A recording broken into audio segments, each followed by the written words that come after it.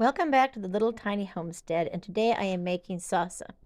These are the tomatoes that I harvested back in the summer and did not have time to preserve, so I actually froze them. And one thing I learned from my YouTube channel, Roots and Refuge, is I can core and score them and then freeze them for later use, which really came in handy. Normally, I would put them in boiling water to remove the skins, but this time I didn't have time for that. So I froze them, and the peels come right off as they thaw. And now I'm going to put them on the burner for a little bit to make sure they get thawed completely.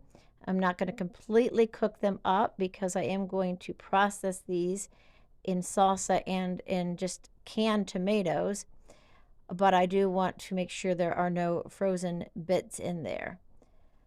So after I get that done, I am going to reserve 7 cups of this because I am going to be making some tomato soup. And then, of course, I will be using 7 cups of it for the salsa. The rest will be canned just as stewed tomatoes. So here I have some jalapenos, jalapenos, and green peppers I had frozen. They're not crispy, but it doesn't really matter for the salsa. And so I'm chopping them up, and I know there was a jalapeno in there because I was coughing a lot when I was doing this. So I chopped those up, got about a half a cup, and then I chopped up some onion. According to the recipe, I should have 3.5 cups total of onions and peppers. I ended up with about 3 cups.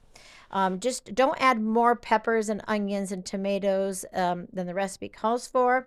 Less is fine, but you don't want to change the ratio of acid to vegetables because it won't be shelf stable. So now I'm putting in about 2 cloves of garlic, and then I'm going to be adding some tomato paste and apple cider vinegar, 3/4 cup, and a couple teaspoons of salt and half a teaspoon of cumin. I did add some bottled lemon juice to give it a little bit more acid just to be safe.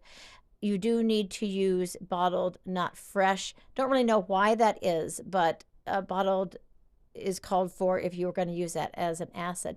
So here I'm cooking that up.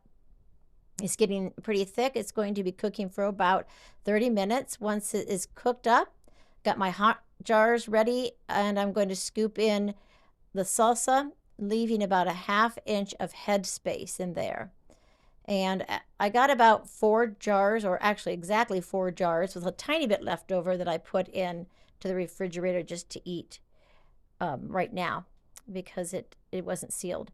So after you do that, put on your lids and your rings and put it in the hot water bath in a rolling boil for about 30 minutes. And you can leave it in the water after the boil is done also for another 5 minutes before removing them.